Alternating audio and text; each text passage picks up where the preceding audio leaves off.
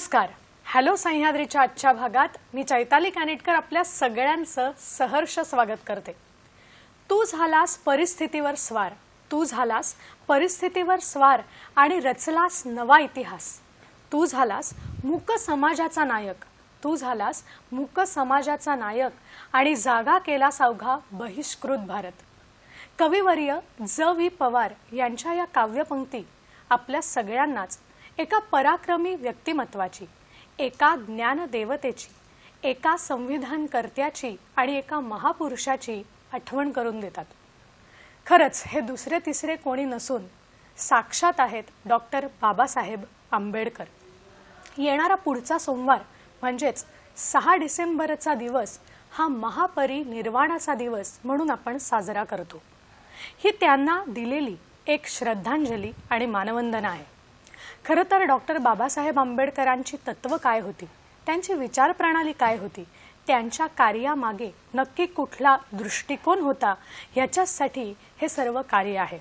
याच दृष्टिकोनातून आजचा आपला विषय आहे.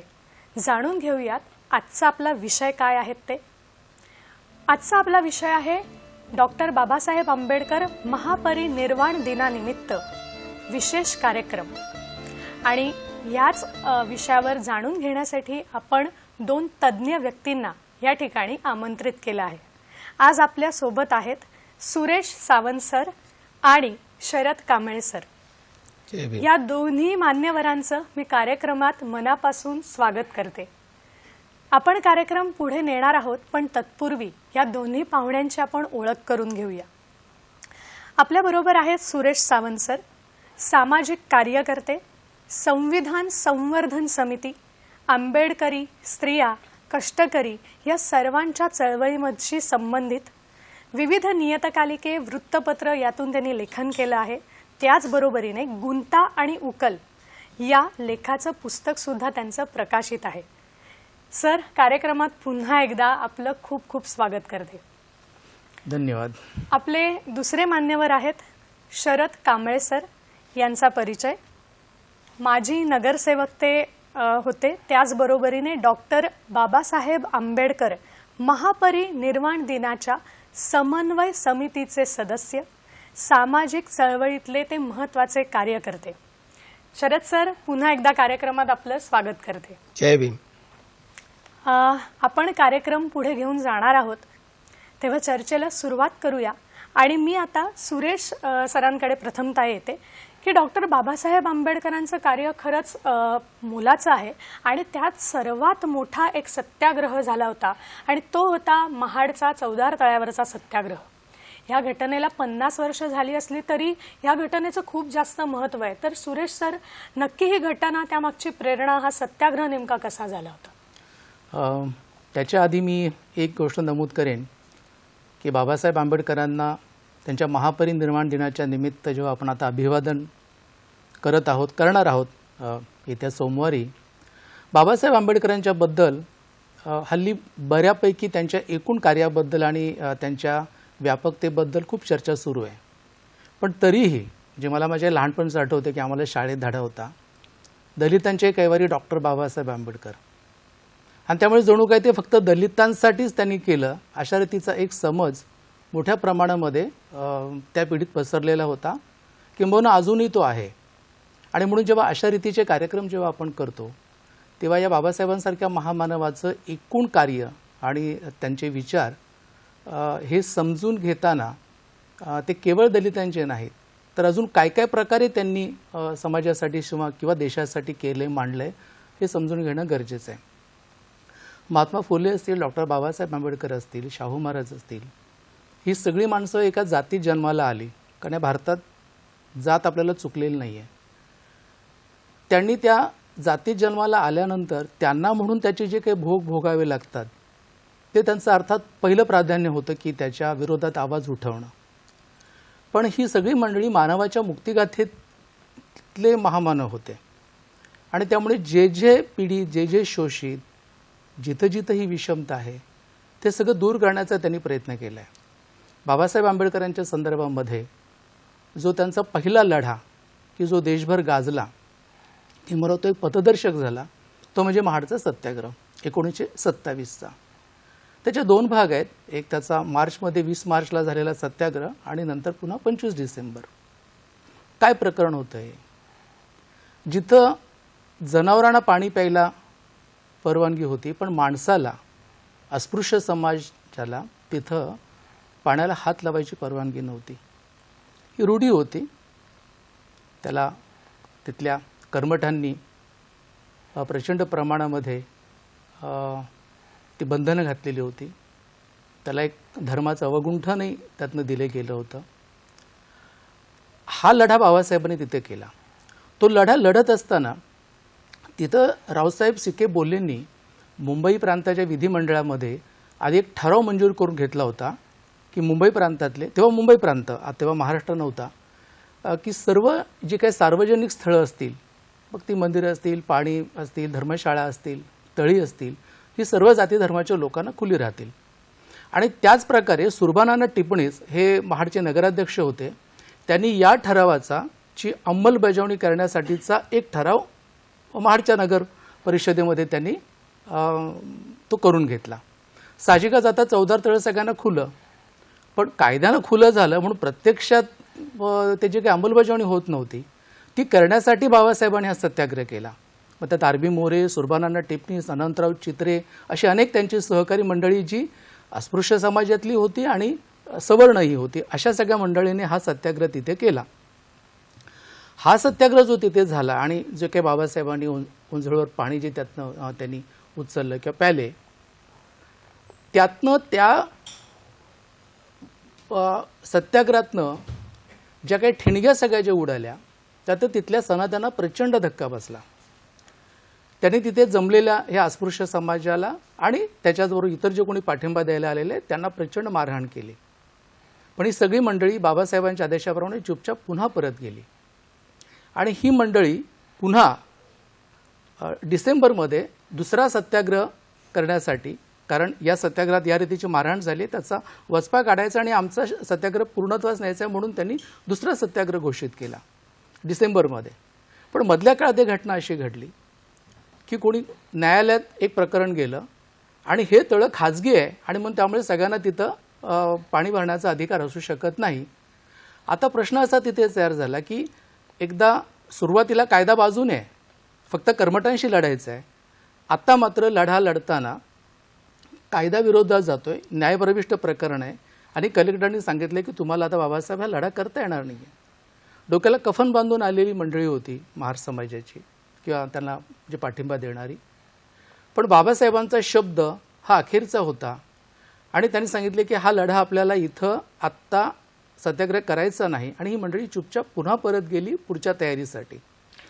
ही गोष्ट पण फार महत्त्वाची आहे की त्यावेळेला योग्य परिस्थिती पाहून कशी कृती करावी हे त्यांनी अगदी व्यवस्थित सांगितलं आणि याच्यात सगळेच जण सहभागी होते. हा एक फार महत्त्वाचा मुद्दा या ठिकाणी येतो की ते फक्त काही अस्पृश्य नव्हते, सवर्णही या सत्याग्रहात होते आणि इतका हा यशस्वी लढा झाला. सुरेश सर, आपण अजून पुढे माहिती घेणार आहोत, पण तत्पूर्वी आपण शरद सरांकडे येऊया. सर, मला असं विचारावंसं वाटतं की चैत्यभूमीवर अगदी एवढी वर्ष होऊन सुद्धा आजही बरीचशी जनता मानवंदना द्यायला लुटते आहे. तर हे सगळं काम जे आहे सगळ्या सोयीसुविधा पुरवणं, त्या सगळ्या लोकांना एकत्र ठेवणं, तर हे आपण कशा पद्धतीने याचं मॅनेजमेंट करता, कशा पद्धतीने नियोजन असतं? जय भीम. सर्वप्रथम मी 6 डिसेंबर परमपूज्य विश्वरत्न डॉक्टर बाबासाहेब आंबेडकर महापरिनिर्वाण दिनानिमित्त त्यांना विनम्र अभिवादन करतो. आणि आपण विचारल्याप्रमाणे परमपूज्य डॉक्टर बाबासाहेब आंबेडकरांचं महापरिनिर्वाण दिन 6 डिसेंबर 1956 साली झाला.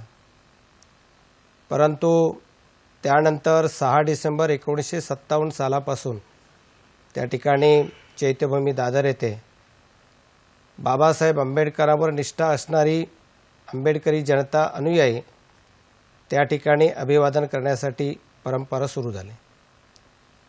आत्ता येणारं हे 65वं वर्ष आहे. 65 वर्षामध्ये जगामधला असा एक महापुरुष आहे की जगभरातून महाराष्ट्र, मुंबईपासून तर विविध राज्यातून बाबासाहेबांना अभिवादन करण्यासाठी मुंबई शहरामध्ये चैत्यभूमीवर लाखोंच्या संख्येने, की त्याचं मोजमापही करणार नाही, करता येणार नाही अशा प्रकारचे मोठ्या संख्येने लोक त्या ठिकाणी अभिवादन करण्यासाठी येतात.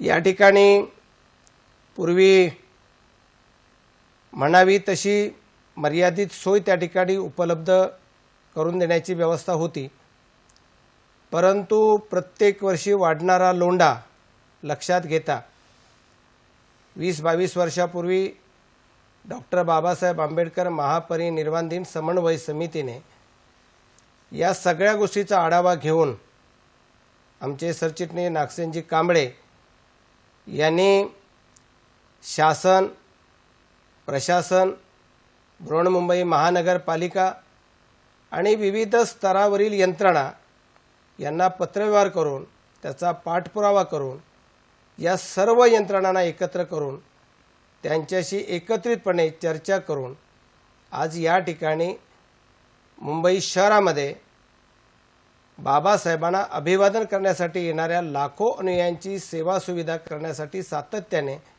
त्या ठिकाणी विविध सामाजिक संस्था असतील, त्याचबरोबर बुद्धिस्ट सोसायटी असेल, बुद्धिस्ट सोसायटी म्हणजे बौद्ध महासभा, समता सैनिक दल, शासकीय यंत्रणा, पोलीस यंत्रणा, महानगरपालिका आणि शासनाचे विविध आरोग्य खाते, महानगरपालिकेची स्वच्छता यंत्रणा, पाणी, वीज, CCTV यासारख्या इत्यादी अनेक सेवा त्या ठिकाणी देण्याचं काम मुंबई महानगरपालिकेच्या वतीने होतं आहे. आणि आज त्या ठिकाणी बाबासाहेबांना अभिवादन करण्यासाठी येणाऱ्या लाखो अनुयायांची त्या ठिकाणी सेवा होते. आणि याचबरोबर एक ज्याचा उल्लेख मला केला पाहिजे की देशभरातून परमपूज्य भिक्खू संघ त्या ठिकाणी येतो, त्यांनाही त्या ठिकाणी निवासाची व्यवस्था केली जाते आणि बाहेरगावावरून येणाऱ्या लाखो अनुयायांसाठी देखील शिवाजी पार्कवर त्या ठिकाणी निवास व्यवस्था तात्पुरत्या स्वरूपामध्ये उभी केली जाते. शरद सर, हा फार महत्त्वाचा मुद्दा सरांनी सांगितला की भिक्खू सुद्धा इतक्या लांबून इथपर्यंत येतात आणि सगळ्या लोकांची जी सोय आहे ती खूप छान पद्धतीने केली जाते आणि त्याच्यामुळे ही मानवंदना देताना एक एकजूट आपल्यात असते. मला परत एकदा सुरेश सरांकडे यावंसं वाटतं आणि त्यांना असं विचारावंसं वाटतं की महाडच्या सत्याग्रहानंतर स्वतंत्र मजूर पक्ष ही एक संकल्पना डॉक्टर बाबासाहेब आंबेडकर घेऊन आले, तर नक्की हा पक्ष काय होता याच्याविषयी काय सांगाल सर? त्याच्या आधी एकच फक्त उल्लेख आधीचा करतो महाडच्या सत्याग्रहाचा, जो एक महत्त्वाचा आहे की बाबासाहेबांचे सवर्ण सहकारी होते, पण त्याच वेळेला एक आपल्याकडे ब्राह्मणेतर चळवळ नावाची एक मोठी चळवळ होती त्या काळात. तर त्यातल्या नेत्यांनी सहकार्य करायचं कबूल केलं किंवा त्यांनी आवाहन केलं की आम्ही करतो, मात्र अट त्यांनी घातली की तिथे ब्राह्मणांना घेता कामा नये. असं बाबासाहेबांचे सहकारी ब्राह्मण अगदीच 3-4, 4-5 बाकीचे कायस्थच होते, पण बाबासाहेबांनी त्यांना उत्तर दिले की मी ब्राह्मण्याच्या विरोधात आहे, ब्राह्मणांच्या नाही. म्हणजे भेदभाव करणारी वृत्ती, आणि ही भेदभाव करणारी वृत्ती ब्राह्मणात असू शकते, ब्राह्मणेतरांच्यात असू शकते आणि बहिष्कृतातही असू शकते. त्यामुळे मी त्याच्या विरोधात आहे. जे कोणी आमच्या हेतूशी निष्ठा ठेवून सहभागी होतील त्यांची जात न बघता आम्ही त्यांना यात सहभागी घेणार आहोत, असं बाबासाहेबांनी जाहीर केलं. आता इथे ह्या एक महत्त्वाचा दीपस्तंभ आपल्याला असा मिळतो की हा जो सगळा जो लढा लढायचा आहे तो एका जातीचा नाही आणि तो विषमतेच्या विरोधातला आहे आणि तो सर्वांनी मिळून लढायचा आहे. हे इथं तत्व बाबासाहेबांचं आहे. आपल्याला पुढे जाऊन जेव्हा स्वतंत्र मजूर पक्षाचा जेव्हा आपण विचार करू तेव्हा तोच धागा आपल्याला पुढे दिसतो. स्वतंत्र मजूर पक्ष जो काही स्थापन झाला त्याची पार्श्वभूमी खोतीच्या विरोधातला लढा हा एक भाग होता. अनंतराव चित्रे वगैरे बाबासाहेबांचे जे सहकारी ते त्यावेळच्या कुलाबा जिल्ह्यामध्ये या खोतीच्या प्रश्नावरती लढत होते.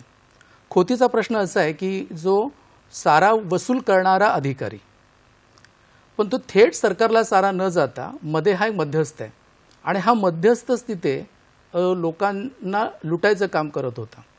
आणि त्यामुळे तिथे कुळ जे काही शेतकरी असायचे ते एक प्रकारे या खोतांचे गुलाम झालेले होते.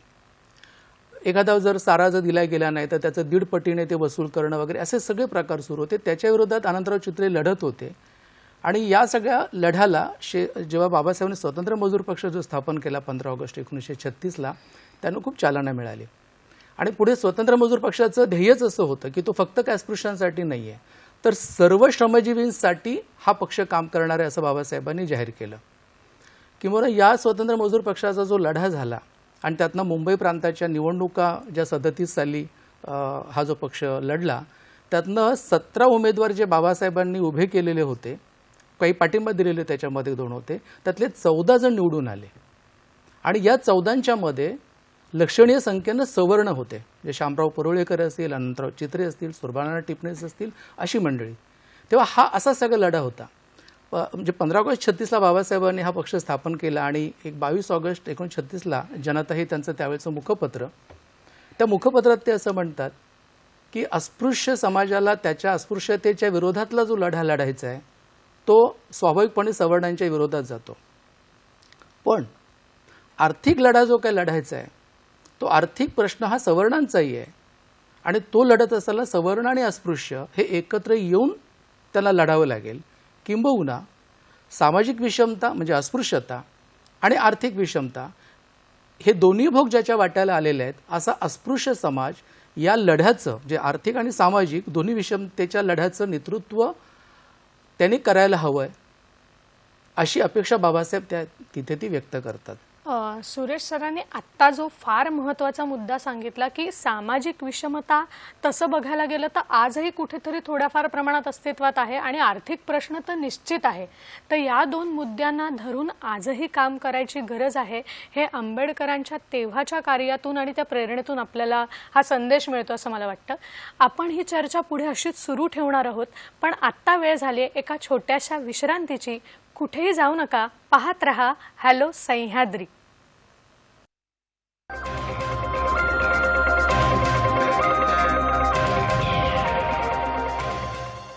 ब्रेक नंतर पुन्हा एकदा सगळ्यांचं स्वागत करते. आपण विषय बघतो आहोत महापरिनिर्वाण दिनानिमित्त विशेष कार्यक्रम, आणि या कार्यक्रमात आपण सुरेश सावंत सर आणि शरद कांबळे सर यांना मान्यवर म्हणून बोलवलेलं आहे. आपण विषय सुरू ठेवला होता आणि इथपर्यंत येऊन थांबलो होतो की चैत्यभूमीवर मोठ्या प्रमाणावरती समन्वय साधताना शरद सांगितलं की त्याप्रमाणे आपण सोयीसुविधा करतो. पण मला असं विचारावंसं वाटतं शरद सर की ज्या पद्धतीने मानवंदना दिली जाते डॉक्टर बाबासाहेब आंबेडकरांना, तर त्याचं नेमकं स्वरूप कसं आहे हे आम्हाला जाणून घ्यायचंय. खरं तर या मुंबई शहराचं एक वैभव असं प्रकारचं चैत्यभूमी हे स्थान आहे. या मुंबई शहराला एक वेगळ्या प्रकारची ओळख त्यामुळे प्राप्त होते. परमपूज्य डॉक्टर बाबासाहेब आंबेडकरांचं योगदान समाजावर तर आहेच, पण देशाप्रतीही मोठं आहे. आणि म्हणून या चैत्यभूमीवर स्मारकासमोर डॉक्टर बाबासाहेब आंबेडकरांना शासनाच्या वतीने मानवंदना द्यावी अशा प्रकारची सातत्याने मागणी समन्वय समिती आणि विविध सामाजिक संस्था यांच्या माध्यमातून सातत्याने केली जात होती. मला या ठिकाणी सांगताना आनंद होतो की 2015 साली त्यावेळचे मुख्यमंत्री माननीय देवेंद्रजी फडणवीस यांनी ही मागणी मान्य करून त्या दिवसापासून त्या ठिकाणी डॉक्टर बाबासाहेब आंबेडकरांना स्मारकासमोर मानवंदना शासकीय इतमामामध्ये देण्याचं काम त्या ठिकाणी सुरू झालं. खऱ्या अर्थानं बाबासाहेब आंबेडकरांना ही आदरांजली आहे असं मी मानतो. त्याचबरोबर डॉक्टर बाबासाहेब आंबेडकरांच्या या चैत्यस्तूप स्मारकावर हेलिकॉप्टरमधून पुष्पवृष्टी व्हावी अशा प्रकारची देखील मागणी आपण केली आणि त्या या मागणीला दुजोरा देऊन 6 डिसेंबर रोजी डॉक्टर बाबासाहेब आंबेडकरांच्या चैत्यस्तूप स्मारकावर त्या ठिकाणी शासनाच्या वतीने राज्यपालांच्या उपस्थितीमध्ये माननीय मुख्यमंत्री आणि त्यांचं मंत्रिमंडळ यांच्या उपस्थितीमध्ये त्या ठिकाणी मानवंदना दिली जाते आणि हेलिकॉप्टरमधून पुष्पवृष्टी देखील केली जाते. त्याचबरोबर दुसरी या ठिकाणी गोष्टीचाही उल्लेख केला पाहिजे की अनेक सामाजिक नेत्यांनी, आपल्या चळवळीतील कार्यकर्त्यांनी अनेक आंदोलनं केली. त्यामध्ये समन्वय समितीचाही सहभाग होता. डॉक्टर बाबासाहेब आंबेडकरांचं आंतरराष्ट्रीय दर्जाचं स्मारक या ठिकाणी व्हावं आणि त्या ठिकाणी इंदू मिलच्या 12.5 एकर जमिनीवर व्हावं अशा प्रकारची मागणी सातत्याने होत होती. अनेक कार्यकर्त्यांनी संघर्ष केले, आंदोलनं केली. मी या ठिकाणी माननीय देशाचे पंतप्रधान आदरणीय नरेंद्रजी मोदी यांचं मनापासून आभार मानेन की 11 ऑक्टोबर 2015 साली या इंदू मिलवर खऱ्या अर्थानं डॉक्टर बाबासाहेब आंबेडकरांच्या स्मारकाचा कोनशिला प्रारंभ त्या ठिकाणी झाला. हे देवेंद्रजी फडणवीस आणि केंद्र सरकार यांना खरोखर धन्यवाद देण्याचा हा मुद्दा आहे. मी डॉक्टर बाबासाहेब आंबेडकरांच्या बाबतीमध्ये त्यांचं जे योगदान आहे त्याचं कितीही वर्णन केलं तरी बाबासाहेबांची उंची ही एवढी मोठी आहे की त्याचं आपण कशाही प्रकारे मोजमाप करू शकत नाही. खरंच आहे शरद सर, तुम्ही म्हणलात आपण त्यांच्या राष्ट्रीय योगदानाकडे येणारच आहोत. तुम्ही ज्या पद्धतीने वर्णन केलं की त्यांना मानवंदना ही या पद्धतीने दिली जाते ती तशीच द्यायला हवी, कारण खरंच त्यांचं कार्य तितकं महान आहे. मला सुरेश सरांकडे यावंसं वाटतं की चले जाओ चळवळीच्या वेळेला ज्या वेळेला व्हॉइसरॉय काउन्सिलिंगमध्ये ते होते मजूर मंत्री म्हणून, तर त्यावेळेला निर्णय घेताना अनेक जणांनी थोडासा विरोध दर्शवला होता, पण तरीसुद्धा डॉक्टर बाबासाहेब आंबेडकरांनी त्यांचं कार्य नेटाने पुढे सुरू ठेवलं. तर तो नेमका प्रसंग काय होता ते आम्हाला थोडक्यात ऐकायला आवडेल. 42 साली बाबासाहेब आंबेडकर व्हाईसरॉयच्या काउन्सिलमध्ये गेले. त्यातनं समाजात बराच वाद होता की चले जाओची चळवळ सुरू आहे आणि बाबासाहेब व्हाईसरॉयच्या काउन्सिलमध्ये गेले. आपण ह्या सगळ्या घटना आज जेव्हा पाहतो त्यावेळेला ते काळ्या पांढऱ्यात जाण्यात अर्थ नसतो. त्यावेळेचा एक इतिहासक्रम समजून घ्यायचा असतो की स्वातंत्र्य मिळणार आहे पुढच्या काळात आणि ही सत्ता कुणाकडे जाणार आहे. आणि त्यामुळे अस्पृश्य समाज, त्यावेळेचा जो पीडित समाज आहे, हा याच्या विकासाच्यासाठी पुढचं सरकार नक्की काय करणार आहे या संबंधातल्या काही तरतुदी करणं हे त्यांचं एक पहिलं प्राधान्य होतं. जसे एक लेकराची आई असते अशा पद्धतीने ते त्याकडे बघत होते. पण आपण त्याच्यात अधिक जाऊया नको, आता तेवढा वेळ आपल्याला इथे नाही आहे. ते बाबासाहेबांनी काय केलं तिथे व्हाईसरॉयच्या काउन्सिलमध्ये? बाबासाहेब मजूर मंत्री होते, लष्कर भरतीचं त्यांच्याकडे खातं होतं, पाटबंधारे विभाग होता, अशा अनेक बाबी त्यांच्याकडे होत्या. त्यांनी त्या मिळालेल्या अवकाशामध्ये म्हणजे 42 सालानंतर 46 सालापर्यंत काय नक्की केलं त्यांनी? एक म्हणजे 8 तासाचा दिवस, की जो आत्ता 8 तासाचा दिवस हे स्वप्न वाटावं अशी स्थिती तयार व्हायला लागली आहे. कामगारांना 8 तासाचा दिवस. त्यानंतर जर काही प्रश्न तयार झाले तर लवाद, एक त्रिपक्ष समिती, हा मुद्दा बाबासाहेबांनी त्यावेळेला तिथे त्यांनी आणला.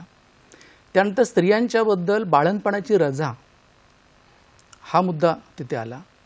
त्याच्यानंतर रात्री स्त्रियांना कामावरती बोलावता येणार नाही अशा रीतीची त्यांनी तरतूद त्यांनी तिथे केली. त्यानंतर एम्प्लॉयमेंट एक्सचेंज, आता ते जवळजवळ निरर्थक ठरल्यासारखं आहे, पण एम्प्लॉयमेंट एक्सचेंज जे बराच काळ आमच्या पिढीपर्यंत ते होतं, त्याची सुरुवात बाबासाहेबांनी केली.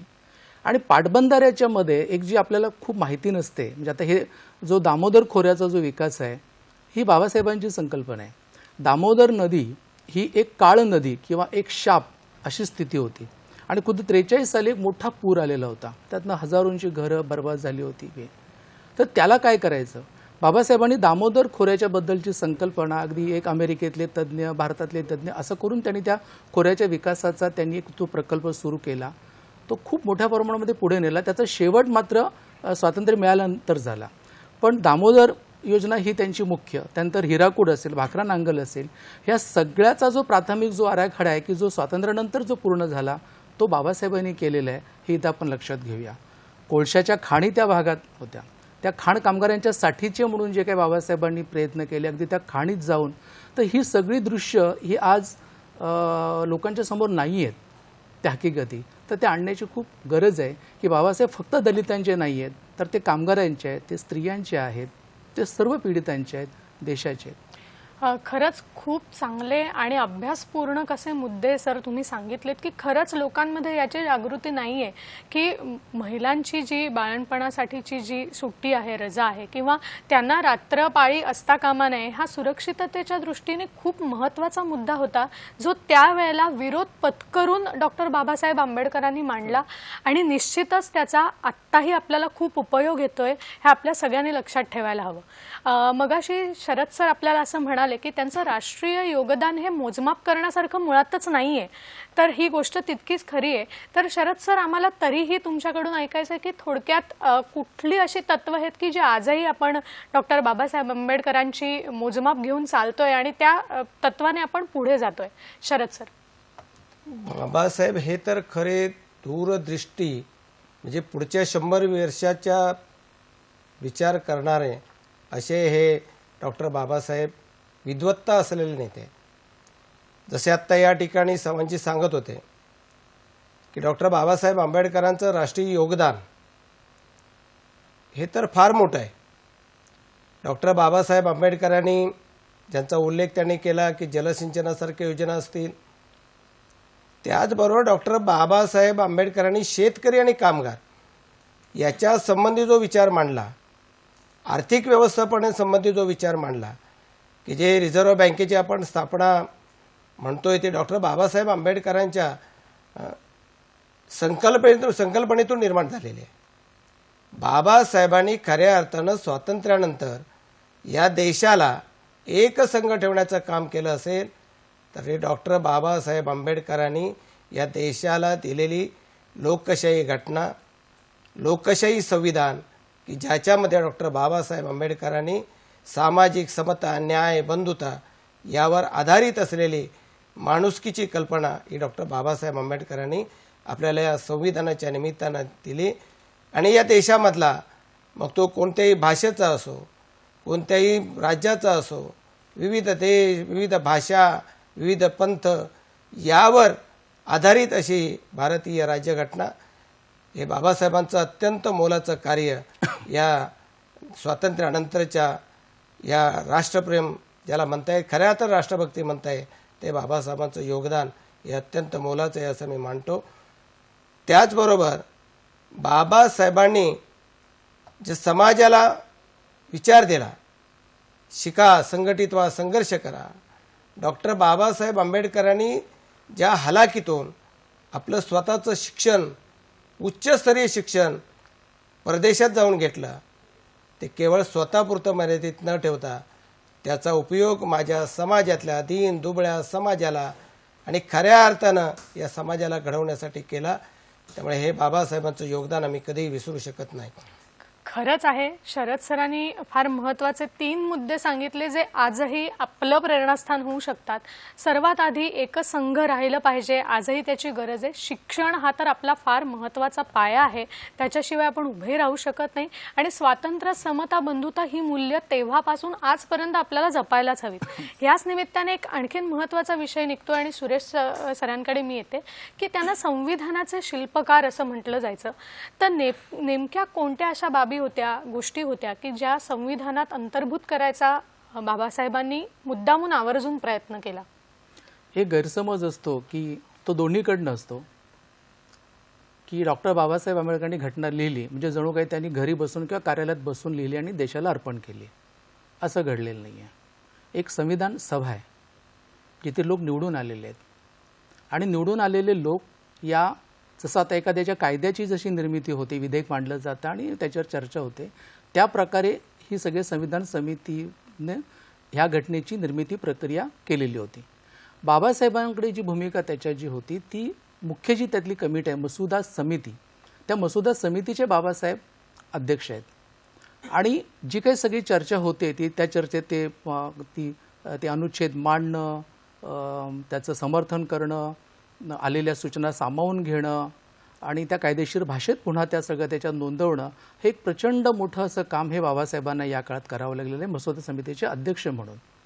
या मसुदा समितीतलं त्यांचं जे काही काम आहे तर त्यातले जे घटक असलेले सदस्य असले टी कृष्णमाचारी म्हणून आहेत आणि ते सभागृहात शेवटच्या काळात जेव्हा आभार मानले जातात तेव्हा ते सांगतायत की 7 सदस्य मसुदा समितीचे आहेत पण त्यातले कोणी परदेशी गेले, कोणी मृत्यू पावलं, कोणी दिल्लीच्या बाहेर होते आणि म्हणून बाबासाहेबांच्या वरती कशी ती एक हाती जबाबदारी पडली आणि खूप आजारी असतानाही बाबासाहेब आंबेडकरांनी हे काम पूर्ण केलं आहे आणि म्हणून बाबासाहेबांना ह्याचं एक निश्चितपणे जे त्याचं श्रेय जातं संविधानाच्या मुख्य निर्मितीच्या कामाचं हे ते नोंदवतात. राजेंद्र प्रसाद बाबासाहेबांच्याबद्दल जेव्हा गौरवोद्गार काढतात की मी इथून पाहतोय की त्यांनी काय रीतीनं तिथे काम केलं, तेव्हा हे जे सगळे गौरवोद्गार त्यांचे जे ते संविधान समितीतल्याच लोकांनी जे काही केलेत, त्यामुळे संविधानाचे शिल्पकार हे बाबासाहेबांना मानणारच केवळ समाज म्हणजे त्यांच्या जातीच असं आता म्हणू त्यांनी दिलेली उपाधी नाही आहे, ती संविधान सभेतल्या लोकांकडनंच तिथे ती आलेली आहे. आत्ता हां ठीक आहे. हे अगदी खरं आहे की तुम्ही म्हणलात तसं की ही फक्त त्यांना त्यांच्याच जमातीने किंवा जातीने दिलेली उपाधी नाही, आज सगळं जग हे मान्य करतं. कारण असं म्हणतात की Indian constitution is a longest written constitution in the world, की जगामध्ये भारताचं संविधान हे सर्वात मोठं लिखित स्वरूपाचं संविधान मानलं जातं, तर ते श्रेय त्यांना दिलंच पाहिजे. आत्ता आपण चर्चा थांबवतोय कारण वेळ झाली छोट्याशा विश्रांतीची. कुठेही जाऊ नका, पाहत रहा हॅलो सह्याद्री.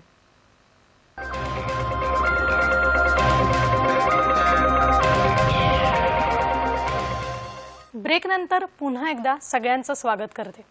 खरं तर कोरोनाच्या काळामध्ये बराच जनसमुदाय असा होता की ज्यांना मानवंदना देण्यासाठी आंबेडकरांना चैत्यभूमीवरती यायचं होतं, पण त्यांना कोरोनाच्या पार्श्वभूमीवर येता आलं नाही. तर मला शरद सरांना असं विचारावं वाटतं की त्या काळामध्ये ही मानवंदना कशा पद्धतीने दिली गेली. शरद सर. खरं तर पहिल्यांदा की डॉक्टर बाबासाहेब आंबेडकरांना अभिवादन करण्यासाठी मी मगाशी म्हटल्याप्रमाणे खेड्यापाड्यातून महाराष्ट्राच्या बाहेरूनही लोक या ठिकाणी येतात. परंतु गेली 2 वर्ष जगभरामध्ये पसरलेला कोरोना मुंबई शहराने महाराष्ट्राने देखील त्याची झळ सोसलेली आहे. अशा परिस्थितीमध्ये बाबासाहेब आंबेडकरांच्या अनुयायांनी या ठिकाणी चैत्यभूमीवर शासनाचे असलेले आदेश, त्याचबरोबर समाजातील नेत्यांनी केलेले आवाहन, या सर्वांचा आदर ठेवून गेली 2 वर्ष चैत्यभूमीकडे प्रत्यक्ष उपस्थिती न दाखवता अनुयायांनी घरी बसून डॉक्टर बाबासाहेब आंबेडकरांच्या स्मृतींना अभिवादन केलं. यावर्षी वाटत होतं की कोरोनाची स्थिती साधारणतः निवळते आणि त्यामुळे बाबासाहेबांचा अनुयायी, बाबासाहेबांवर प्रेम करणारे जी काही जनता आहे ती पुन्हा मुंबई शहराकडे चैत्यभूमीवर दर्शनासाठी येईल अशा प्रकारचं वातावरण दिसत होतं. परंतु मध्येच आता नवीन एका ओमिक्रॉन नावाच्या विषाणूने या ठिकाणी मुंबई शहरात म्हणा किंवा राज्यामध्ये जे आपण दूरदर्शनवरूनही बातम्या ऐकतो की या ठिकाणी शिरकाव केला आणि म्हणून नाईलाजाने यावेळी आम्ही आमच्या जनतेला मोठ्या धैर्याने, जे इच्छा नसताना देखील आपण या ठिकाणी सगळ्यांना आवाहन करतोय की या कोरोनासारख्या महामारीमध्ये आपलं जीवन सुरक्षित राहावं. त्याचबरोबर आपण या ठिकाणी न येता बाबासाहेबांना अभिवादन घरातूनच करावं, की जेणेकरून आम्ही शासनालाही विनंती केलेली आहे, बृहन्मुंबई महानगरपालिकेला देखील विनंती केलेली आहे की जशी गेली 2 वर्ष आपण या ठिकाणी लाईव्हच्या माध्यमातून, आपलं दूरदर्शन सह्याद्री चॅनल असेल यांच्या माध्यमातून जसे बाबासाहेब आंबेडकरांच्या चैत्यभूमीचं दर्शन घडवलं आणि त्या ठिकाणी बाबासाहेब आंबेडकरी जनतेने घरून अभिवादन केलं, तसंच यावेळी सर्व यंत्रणे तशा प्रकारची व्यवस्था करावी. आणि त्यातूनच जर काही लोक मुंबई शहराकडे वळली तर आम्ही महानगरपालिकेला देखील विनंती केली आहे की आपण या सर्व त्यांच्या आरोग्याची काळजी घेऊन त्या ठिकाणी त्यांना दर्शनासाठी चैत्यभूमीपर्यंत रांगेने पोचण्यासाठी व्यवस्था करावी. यासाठी आमच्या समन्वय समितीच्या वेगवेगळ्या स्तरावर बैठकाही झाल्या, शासन स्तरावर झाल्या, बृहन्मुंबई महानगरपालिकेचे आयुक्त आणि सर्व अधिकारी पोलीस यंत्रणेचे अधिकारी या सर्वांच्या बरोबर विविध प्रकारच्या बैठका झाल्या. मात्र लोकांनी या ठिकाणी येताना आपल्या आरोग्याची जास्तीत जास्त काळजी घ्यावी आणि बाबासाहेबांना प्रत्येक वर्षाप्रमाणे अभिवादन करावं अशा प्रकारचं आवाहन या निमित्ताने करतो. त्याचबरोबर यावर्षी पुन्हा जी सालाबादप्रमाणे डॉक्टर बाबासाहेब आंबेडकरांच्या चैत्यस्तूपासमोर जी शासकीय मानवंदना दिली जाणार आहे ती मानवंदना देखील दिली जाणार आहे. त्यानिमित्ताने माननीय मुख्यमंत्री, उपमुख्यमंत्री, माननीय महामहिम राज्यपाल यांच्या उपस्थितीमध्ये ती दिली जाईल. आणि त्याचबरोबर विविध समाजातील मान्यवर नेते, राजकीय नेते, त्याचबरोबर विविध सामाजिक संस्थांचे प्रमुख कार्यकर्ते त्या ठिकाणी येतील. आणि आम्ही असंही आमची एक आंबेडकरी जनता आहे, डॉक्टर बाबासाहेब आंबेडकरांच्या विचाराला मानणारी जनता आहे. डॉक्टर बाबासाहेब आंबेडकरांनी दिलेल्या शिस्तीचं पालन करणारी आहे. आणि म्हणूनच आपण पाहिलं की गेले 2 वर्ष शासनाने आवाहन केलं, सर्वांनी आवाहन केलं, त्या आव्हानाला प्रतिसाद देऊन बाबासाहेबांना घरी बसून अभिवादन केलं. यावेळी परिस्थितीचं भान ठेवून आपण सर्वांनी या सर्व गोष्टीला सहकार्य करावे अशा प्रकारचा मी समन्वय समिती आणि सर्व संस्थांच्या माध्यमातून आपल्याला विनंती करतो. खरं आहे शरद सर, तुम्ही म्हणालात की मला वाटतं हे श्रेय सुद्धा आपल्याला डॉक्टर बाबासाहेब आंबेडकरांना द्यायला हवं की कोरोनाच्या पार्श्वभूमीवर सगळ्यांनी घरातच राहून त्यांना अभिवादन केलं तर परिस्थिती अधिक सोपी होईल आणि सगळ्यांच्या सुरक्षिततेचा प्रश्न असा वेगळा मांडावा लागणार नाही. मला सुरेश सरांकडे यायचं आहे की विषयाचा खरं तर आवाका इतका जबरदस्त आहे, पण काही महत्त्वाचे मुद्दे आम्हाला थोडक्यात सांगितलेत तर खूप बरं होईल. सर्वात पहिला मुद्दा संविधानाचा होता, त्यानंतर हिंदू कोड बिल आणि धर्मांतराच्या बाबत आम्हाला थोडक्यात ऐकायचंय सर. बरं, संविधानाच्या बद्दल बाबासाहेबांचा जो काही हस्तक्षेप त्यात जो झाला त्यातली एक उद्देशिका हा एक भाग आहे. आणि उद्देशिकेमधलं जे बंधुता नावाचं जे मूल्य आहे हे बाबासाहेबांचं खास योगदान आहे की न्याय, स्वातंत्र्य, समता हे प्रत्यक्षात यायचं असेल तर पोलीस ठेवायला लागेल. म्हणून माणसाच्या मनामध्ये बंधुता, भगिनीभाव किंवा सहभाव असायला हवा की ही सगळी देशातली ही सगळी माणसं ही माझी बंधू आहेत, भगिनी आहेत, आम्ही सगळे एक आहोत. त्यांचं मी प्रथम भारतीय आणि अंतिमता भारतीय आहे आणि जात, धर्म, प्रदेश या निष्ठांनी या माझ्या भारतीयत्वाला छेद जाता कामा नये असं त्यांचं म्हणणं होतं. तेव्हा हे जे बंधुताचं मूल्य हे बाबासाहेबांचं खास योगदान. दुसरं ते एक सतत त्यातनं मांडतात की घटना हा एक नियमावलीचा किंवा एक संकल्पाचा आराखडा आहे, पण तो जर प्रत्यक्षात जर यायचा जर काय झाला तर त्याच्याकरता सांविधानिक नैतिकता आवश्यक आहे.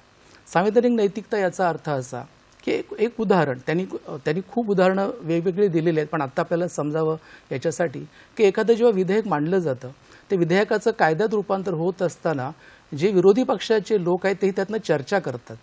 चर्चा सहमती करायचा प्रयत्न होतो, कारण आम्ही भारताचे लोकमध्ये सत्ताधारी आणि विरोधक दोन्ही येतात. चर्चेच्या नंतर ते मंजूर करायचं असतं. केवळ बहुमताच्या जोरावरती विधेयक मांडलं आणि ते तात्काळ मंजूर केलं यातनं सांविधानिक नैतिकता राहत नाही. खुद्द घटना ही सुद्धा जनतेच्या सूचनांसाठी जाहीर केली गेली होती. त्यातनं 7,000 सूचना आल्या, त्यातल्या 2,500 सूचना स्वीकारल्या गेल्या. तर ही संवैधानिक नैतिकता जर पाळली नाही तर संविधान हा फक्त एक आराखडा राहील, एक सांगाडा राहील. हा बाबासाहेबांचा एक इशारा होता. हिंदू कोड बिल हा एक प्रकारचा स्त्रीमुक्तीचा जाहीरनामा आहे. हिंदू स्त्रियांना वारसा अधिकार म्हणजे मुलाच्या बरोबरीनं संपत्तीमध्ये अधिकार मिळणं, घटस्फोटाचा अधिकार मिळणं या रीतीच्या तरतुदी या हिंदू कोड बिलात होत्या. बाबासाहेबांनी खूप लावून धरला तो प्रश्न, पण खूप विरोध झाला. अगदी काँग्रेसच्या अंतर्गत सुद्धा त्याला खूप विरोध झाला आणि म्हणून बाबासाहेबांनी निषेधार्थ राजीनामा दिला. पुढेच्या 52च्या नंतर पंडित जवाहरलाल नेहरूंनी तो टप्प्याटप्प्याने हिंदू कोड बिल मंजूर केलं. आता हे हिंदू कोड बिल ज्या स्त्रियांसाठी होतं त्या मुख्यतः सवर्ण स्त्रिया, कारण संपत्तीचा अधिकार हा दलित स्त्रियांकडं तो असूनही त्या काळात उपयोग नव्हता. तर हे सवर्ण स्त्रियांच्या बद्दलचं बाबासाहेबांनी केलेलं जे काम आहे आपण एक लक्षात घ्यायला पाहिजे. बौद्ध धम्माच्या बद्दल जो एक प्रश्न असा आहे की संविधान तयार झालंय आणि मग पुन्हा धर्माकडे बाबासाहेब कशाला गेले. एक लक्षात घ्यायला की त्यांनी पारंपरिक धर्म स्वीकारलेला नाही आहे, ते त्याला धम्म असं म्हणतात. परमेश्वराच्या जागी इथं नीती आहे बुद्ध धम्मात आणि ते बुद्ध त्याचा धम्म हा जो त्यांचा ग्रंथ त्यांनी जो लिहिला त्यात ते म्हणतात माणूस आणि माणसाचं माणसाशी असलेलं या जगातलं नातं हा बुद्धाच्या धम्माचा केंद्रबिंदू आहे. नीती, माणसाशी कसं वागावं तर ही जी नीती जी आहे ती एक प्रकारे संविधानातल्या मूल्यांना कोंदण आहे आणि म्हणून बुद्ध धम्म हे त्याचं पुढचं पाऊल आहे असं मला त्यातलं वाटतं आणि त्या दृष्टीनं आपण त्याचा विचार केला पाहिजे. शेवटचं बुद्ध धम्माच्या नंतरचं जे त्यांचं काम आहे ते आपण पाहिलं की स्वतंत्र मजूर पक्ष तो बरखास्त केला त्यांनी 42 साली, कारण तुम्ही मजुरांचे पुढारी आहात की अस्पृश्यांचे असा एक प्रश्न तयार झाला आणि त्यांना एक तडजोड म्हणून शेड्यूल कास्ट फेडरेशन काढावं लागलं आणि महापरिनिर्वाण त्यांचं जेव्हा होऊ घातलेलं होतं अशा वेळेला बाबासाहेबांनी रिपब्लिकन पक्षाची संकल्पना मांडली आहे. प्रत्यक्षात पक्ष त्यांच्या हयातीत स्थापन झाला नाही, तो नंतर 57 साली झाला. त्या संकल्पनेत ते काय म्हणतायत तर संविधानाची उद्देशिका जी आम्ही भारताचे लोक पासून जी सुरू होते हेच आमच्या पक्षाचं ध्येय आहे आणि पुढे त्याच्यात ते असं म्हणतात की फक्त स्वतःचं दुखणं नाही तर इतराच्या दुःखानं जो कळवळतो अशा रीतीने आमचा पक्ष काम करेल. आणि हा रिपब्लिकन पक्षची जी त्यांनी कल्पना मांडली ती त्यांनी SM जोशी, आचार्य अत्रे यांना पत्र लिहिली आहेत की आपण सगळ्यांनी मिळून हे काम करूया. म्हणजे त्यांच्या मृत्यूच्या वेळेला ते टेबलावरती ही पत्र होती. म्हणजे बाबासाहेब इथे केवळ एका जातीचे किंवा एका जातीचा पक्ष अशा प्रकारे ते जात नाहीत. पुढं रिपब्लिकन पक्ष हा एक जातीय किंबहुना मुख्यतः दलितांचा अशा रीतीचं त्याचं स्वरूप आलं, त्यात अनेक गट झाले. एक व्यथित करणारी गोष्ट असली तरी मूळ बाबासाहेबांची जी संकल्पना आहे ती इथली जर लोकशाही टिकायची असेल तर एक प्रभावी एक विरोधी पक्ष असावा लागतो आणि या दृष्टीनं रिपब्लिकन पक्ष हा उभा राहावा या देशाच्या लोकशाहीच्या रक्षणासाठी आणि इथल्या सगळ्या शोषित पीडितांच्या उत्कर्षासाठी ही त्यांची मुख्य भूमिका त्याच्यात होती. सुरेश सर, तुम्ही खूप छान पद्धतीने फार महत्त्वाचे मुद्दे या ठिकाणी मांडलेत. खरं तर खरंच विषयातले मुद्दे फार मोठे आहेत, चर्चा करू तितकं कमी आहे. तरीसुद्धा मला दोन्ही मान्यवरांना विचारावं असं वाटतं की अगदी थोडक्यात, अगदी जाता जाता आपल्या प्रेक्षकांना तुम्हाला काय सांगायचं असेल तर शरद सर थोडक्यात काय, अगदी थोडक्यात काय सांगाल? सावंतांनी म्हटल्याप्रमाणे बाबासाहेबांचं समाजाप्रती फार मोठं योगदान आहे. जो शोषित पीडित समाज होता, मगाशी आपण म्हटलं तसं की 14 ऑक्टोबर 1956 साली बाबासाहेबांनी समाजाला नवसंजीवनी धम्मदीक्षा, तथागत भगवान गौतम बुद्धांचा धम्म ही धम्मदीक्षा देऊन माणसाच्या जीवनामध्ये एक नवीन संजीवनी आणि आमूलाग्र बदल घडवण्याचा जो या ठिकाणी बाबासाहेबांनी मोठा या समाजाला हात दिला, हे समाज त्यांचं ऋण कधीही विसरू शकणार नाही. आणि म्हणून ज्या आपण आत्ता महापरिनिर्वाण दिनाच्या निमित्तानं डॉक्टर बाबासाहेब आंबेडकरांची चैत्यभूमी आणि त्याला अभिवादन करण्यासाठी येणारे आमची जी जनता आहे, आंबेडकरी अनुयायी आहे, यासाठी की बाबासाहेबांचे अनंत उपकार या समाजाप्रती तर आहेत पण या देशावरही अनंत उपकार डॉक्टर बाबासाहेब आंबेडकरांचे आहेत. पुन्हा एकदा या चैत्यभूमीवर येताना डॉक्टर बाबासाहेब आंबेडकरांना अभिवादन आपण जेव्हा करतो तेव्हा एक नवीन वेगळ्या प्रकारची ऊर्जा ही प्रत्येक माणसाला मिळत असते आणि तीच डॉक्टर बाबासाहेब आंबेडकरांच्या प्रती असलेली पुण्याई हा माणूस येणाऱ्या खेड्यापाड्यातला तो घेऊन जातो. मगाशी मी म्हटलं तसं की गेल्या 2 वर्षापासून आणि याही वर्षी संभावना कमी आहे की महानगरपालिका असेल, शासन असेल किंवा समाजातल्या विविध संस्था असतील किंवा ज्याचा प्रामुख्याने उल्लेख करेन बुद्धिस्ट सोसायटी ऑफ इंडिया असेल, समता सैनिक, म्हणजे थोडक्यात सांगायचं तर ती एक ऊर्जा आपल्याला बरोबर घेऊन पुढे चालायचंय. सुरेश सर, तुम्ही अगदी जाता जाता थोडक्यात काय आवाहन कराल? एक मुद्दा असा आहे की बाबासाहेब आंबेडकर शेवटी जे 25 नोव्हेंबर 1949ला जो इशारा देतात देशातल्या जनतेला, त्यातला एक इशारा महत्त्वाचा आहे की जो सरकारनं लक्षात ठेवायला पाहिजे. एका बाजूला घृणास्पद दारिद्र्य आणि दुसऱ्या बाजूला गडगंज संपत्ती अशी जर स्थिती जर 26 जानेवारी 1950ला जर राहिली असं ते सांगतायत, जेव्हा प्रत्यक्ष घटना अंमलात येईल आणि ती जर लवकरच जर आपण जर ही जर विषमता जर कमी केली नाही तर एक महत् प्रयासानं उभी केलेली ही लोकशाहीची इमारत ही ज्यांना ते भोग भोगावे लागत आहेत ते कोसळल्याशिवाय राहणार नाहीत. हा इशारा आज ही विषमता जी आर्थिक वाढते त्या दृष्टीनं सरकारनं विचार करायचा आहे. समाजानं जो विचार करायचा दुसरा भाग जो त्याच्यातला असा आहे की बाबासाहेब लोकशाहीचे पुरस्कर्ते आहेत. इथल्या अगदी अल्पसंख्य व्यक्तीलाही सुरक्षित वाटेल अशा रीतीची व्यवस्था असणं ही लोकशाहीची पूर्व अट आहे. दुसरी अट त्यातली अशी आहे की माझं म्हणणं तुम्हाला पटलं नाही आणि म्हणून तुमचा जर आवाज कोणी जर काही बंद करत असेल तर त्याला मी प्रतिकार करेन. म्हणजे प्रत्येकाला त्याचं म्हणणं मांडण्याचा अधिकार आहे. तुम्हाला पटो न पटो तुम्ही त्याचं सनदशीर पद्धतीनं लोकशाही पद्धतीनं तुम्ही त्याच्याबद्दल तुमचं म्हणणं मांडा, टीका करा, पण हिंसा होता कामा नये, त्याचा गळा दाबता कामा नये, त्याची मुस्कटदाबी होता कामा नये. या खरंय. रीतीचं वातावरण समाजामध्ये तयार व्हायला होणं हवं. हे बाबासाहेबांना खरं अभिवादन ठरेल. बरोबर आहे की शेवटी मी- शांततेसाठी अगदी शेवटी मी या निमित्तानं मॅडम एवढं सांगेन की सह्याद्रीच्या या दूरदर्शन वाहिनीवरून आपण या ठिकाणी आम्हाला बोलवत खरंच आपले धन्यवाद मानावे तेवढे कमीच आहे. शेवटी मी एकच सगळ्यांना आवाहन करताना एवढीच विनंती करेन, जे आम्ही समन्वय समितीच्या वतीने ठरवलं आहे, आपली चैत्यभूमी, आपली जबाबदारी.